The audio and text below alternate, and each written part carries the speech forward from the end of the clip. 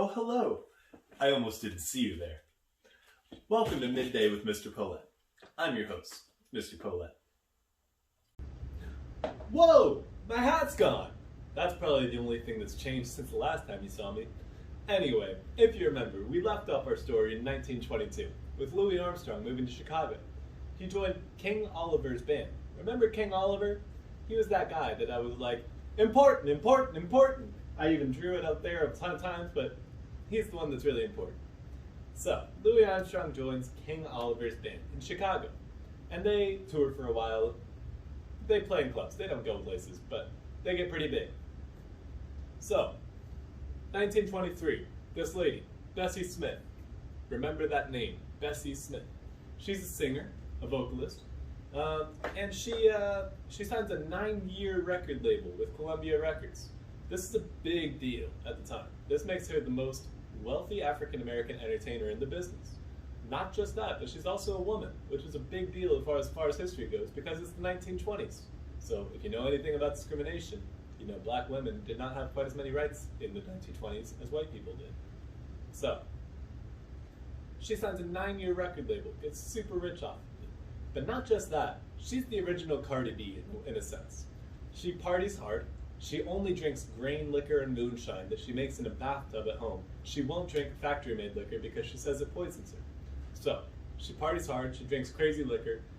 She's married to this guy who was a bouncer, and she cheats on him a ton of times. This guy will show up in the middle of it, fight whoever she's cheating on him with, and then she fights him because she's a fighter herself, naturally. So she is just wild. But as far as her singing career goes, she's a big deal. She gets very rich. She has this 9-year record label with Columbia Records. And later on, the next year, she actually performs with Louis Armstrong. She's performing a message of strength and independence to women, which was not the norm of the time, if you can imagine. So, remember that guy Duke Ellington that we said was going to get important? Well, here we go. He moves to New York, and he joins the Washingtonians band. He plays piano for this group. It's led by, what's his name? Elmer Snowden? Raise your hand if you remember that name. It's okay. I barely remember it, and I studied it for a long time. A lot of years, a lot of money. Doesn't matter. He's not important. He was the original band leader of the Washingtonians. Duke Ellington joins up. This guy in 1924 takes a couple months to go record with another studio, in which time he leaves Duke Ellington in charge. Duke Ellington takes the band, gets really, really famous with them. The guy comes back, and Duke's like, hey man, you want your spot back? You want to be the leader of the band again? The guy's like, nah, you're great, keep at it. So, Duke Ellington takes over the Washingtonians. Elmer Snowden does not go down in history as anything other than the guy who gives Duke Ellington his band. Duke Ellington takes the Washingtonians and gets pretty famous with them. Right around the same time, 1924, if we're going chronologically, George Gershwin composes Rhapsody in Blue.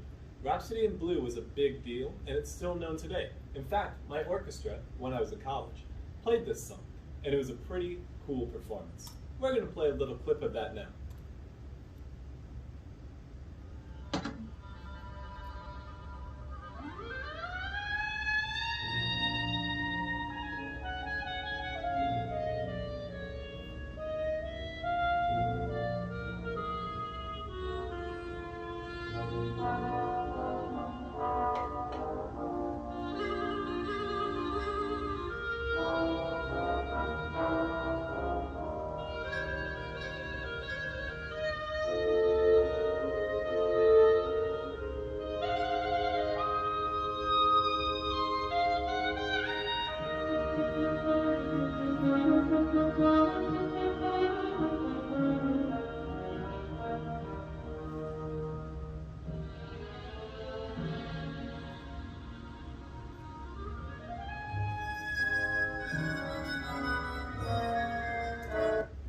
You get the idea.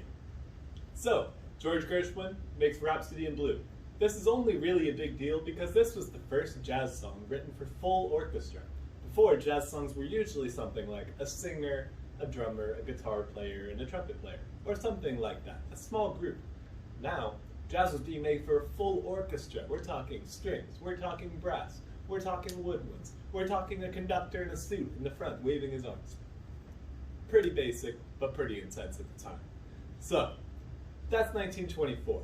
That same year, Louis Armstrong, that guy we remember because he's pretty much the most important figure in jazz history, he moves to New York.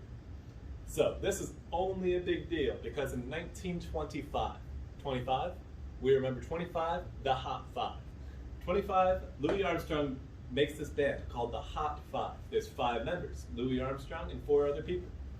They record 70-something songs. It's kind of tough to know because some of the songs get a little bit lost in history, but it was a big deal back then to record a lot of things.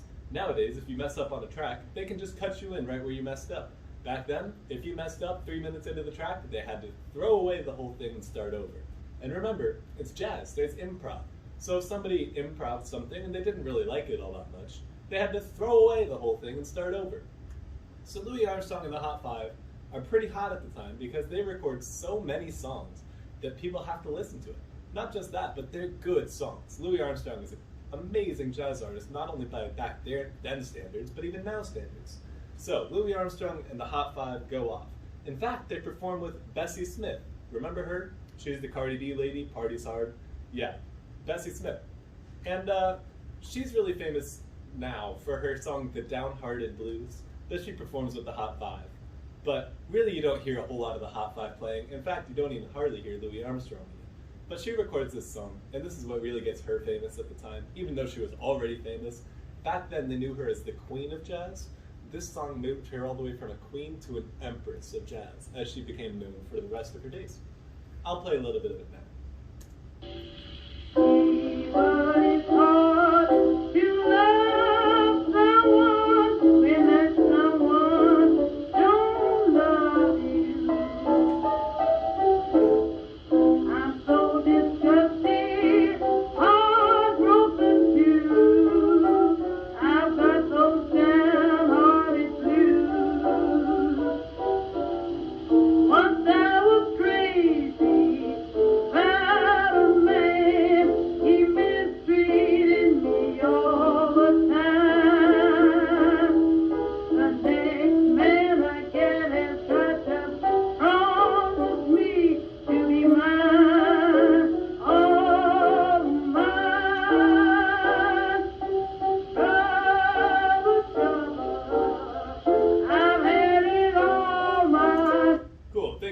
With me through almost a minute of that song. I know it's not the most exciting thing to listen to, but back then she's singing about how her man didn't really treat her right, so she dropped him to the side and let him go, and now lives a fun party lifestyle.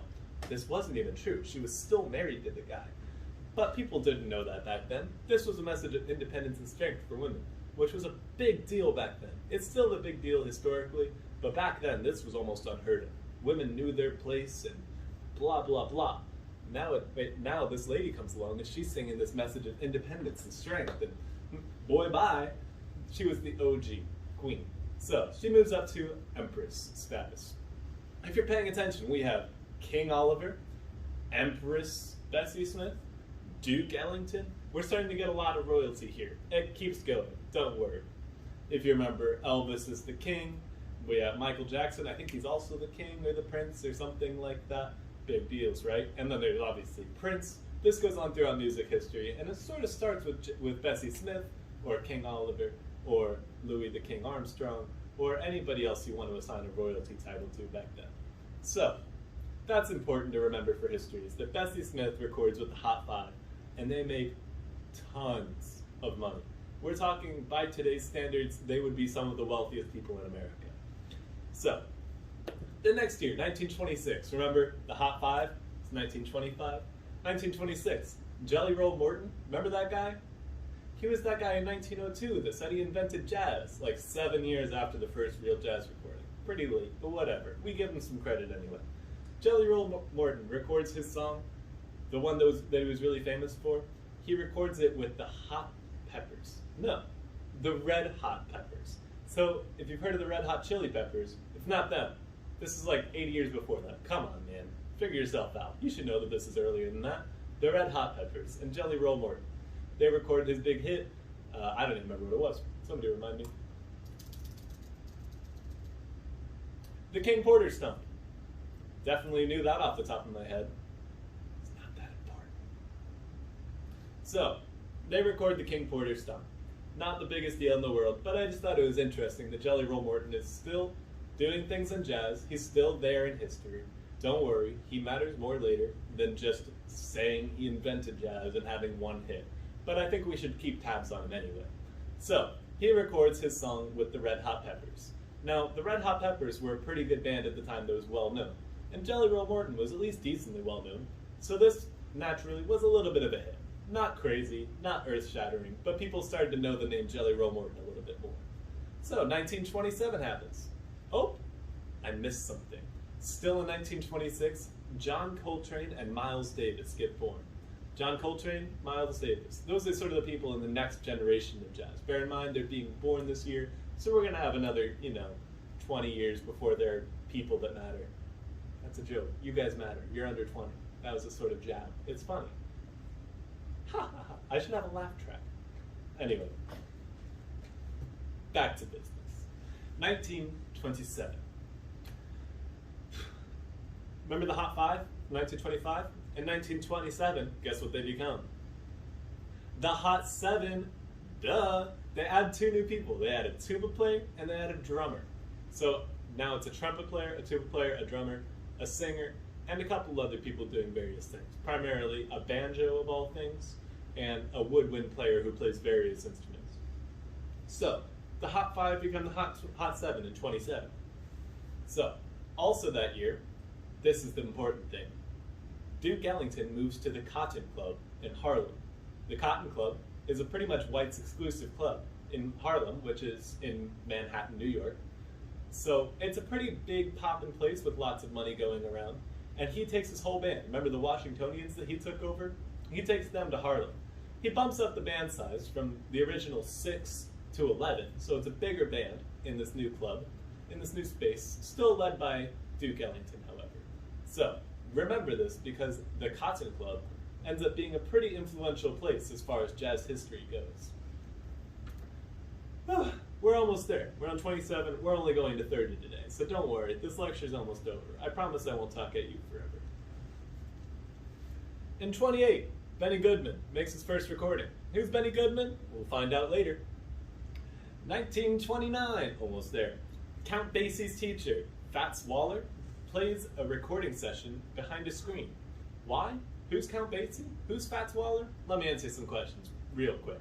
Rewind just a few years back, maybe 1921-ish. This guy, Count Basie. Count isn't his real name. We're seeing that royalty thing again, where people don't use their first names and they use some sort of royalty. Count is taking piano lessons from a guy named Fats Waller. Fats is his real name. That's spelled fat with an S at the end. So, yeah, shout out to the 1920s. Fats Waller is teaching Count Basie piano. And Basie's pretty good at it. Fats Waller is a jazz pianist. Naturally, Count Basie is learning to be a jazz pianist as well. Fast forward a bunch of years. Fats Waller, pretty famous at this time. Not that famous, a sort of minor celebrity, if you will, but pretty good at piano. And he's African American. And that's important for this story. He goes to a recording session, which is allegedly mixed race, which is great because integration, anti-racism, other themes like that that are progressive toward the future of America. This mixed recording session. But they take all of the African Americans and all of the white people and they put a screen right between them so that nobody has to have contact or see each other. So that's what race mixing was in the 1920s. So if you think we haven't come very far, think again. We still have a lot longer to go. Sorry, rant over. Anyway, Fats Waller records behind this screen, but the recordings do get pretty big and they're pretty famous. But I won't play any of them. They're not the most entertaining things, or the most famous, or influential toward jazz history. 1930, the final year. Pluto is formed. Guess what else happens? Stay tuned to find out tomorrow. Thank you for coming to the lecture.